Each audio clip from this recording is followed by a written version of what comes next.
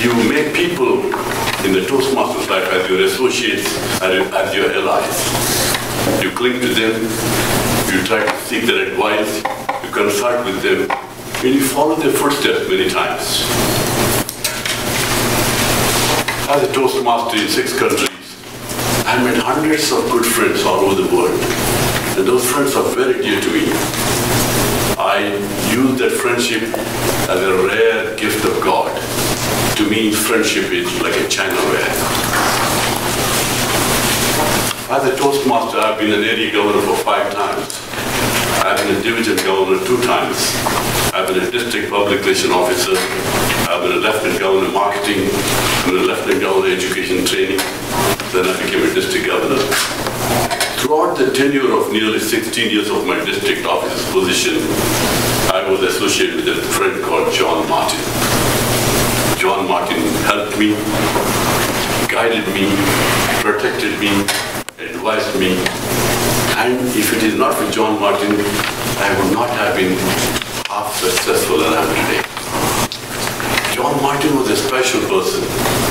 He had a special knowledge of Toastmasters. He had a talent of his own kind. He was a man of quality. He was a man of integrity. He was a man of ability. And with all these qualities, John Martin had a willingness to help. He had a willingness to share. And he had no strings attached. He gave it willingly, and he gave it lovingly. For those of you who know John Martin, and for those of you who do not know John Martin, he was an uncrowned sergeant of arms in his club. He had a key of his own now for this place. Nobody gave him, but he had one. Because he was here much before everybody came, regardless what position was he. Before we came, all the tables are lined up. These tables are heavy. And he lined up everything in order. The coffee pot was ready. And he was standing there with his red shirt on and smiling as if nothing had happened. That was John Martin. He had so much to give to people because of his knowledge. And he had a love and passion for what he was doing. Do you know John Martin was a public relation guy? He brought Channel 11 to this club one fine morning here. When I came there at 6 o'clock one day, there's Channel 11 van outside with all the antennas spread out. And I didn't know what was happening. And here this anchor man here with his microphone and cameraman and all ready to interview everybody. And when the cameraman realized all the district governor, he sat next to me asking a lot of questions. And he had a microphone in his hand and he was relaying all this. I didn't know he was broadcasting to the Channel 11. And this was all there live. When we all went home, my wife said, "You were already on the television." How come? I didn't know this was technology here, right here. That was John Martin's creativity. John Martin was a good mentor. John Martin went with me for dozens of clubs when we were giving a demo meetings.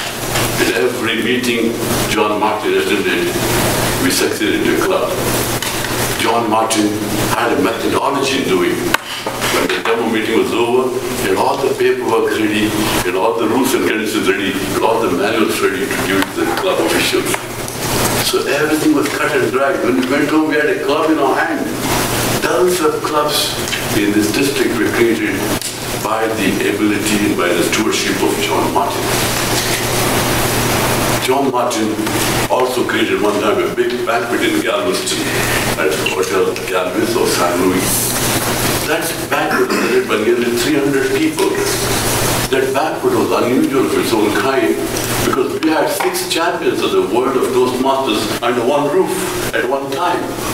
And that was the creation of John Martin. 6 champions of the world of international Toastmasters were right here in Galveston. And he arranged a table topic contest for 300 people that was known to be the biggest and the best table topic in the whole world. Of course, the headquarters were not very happy about it. They said, the wise man is here, the other man should be in California. You know, John Martin was such a great inspiration to me. When I became a district governor, I contacted my international president, my good friend. I said, I've got a message to ask. I have a very good friend of mine who is my brain work here. I want to make him as my assistant district governor. What do you think? This is very unusual, Max. Normally, district governors are very possessive of their power. You're trying to share your power to somebody else. It's your call if you want to do it. So I took John Martin for a nice lunch one day, and I said, John, I've got this private confession to make, because without you, I don't think I'll succeed.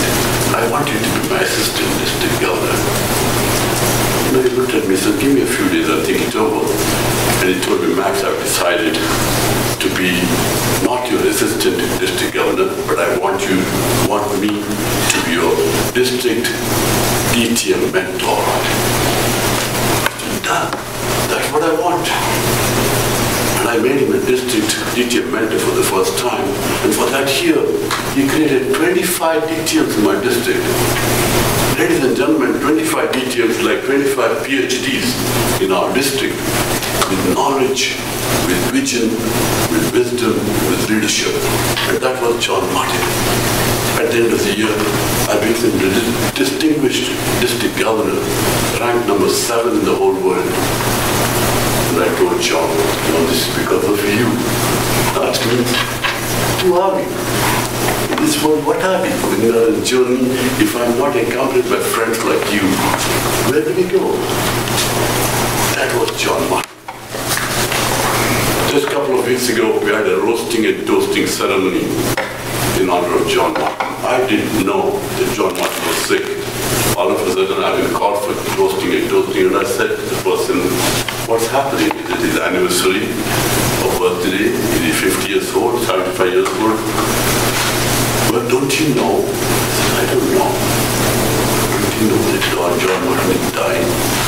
I have no idea. John Martin, my good friend, is dying at a young age. It's got a cancer of pancreas. So we went for the roasting and toasting. And unfortunately, John Martin couldn't come because he couldn't walk. He was so we realized his days are counting. But his father was there, mother was there, sister was there, wife, and his daughter. It was such a good occasion, many friends. And I didn't know what to say.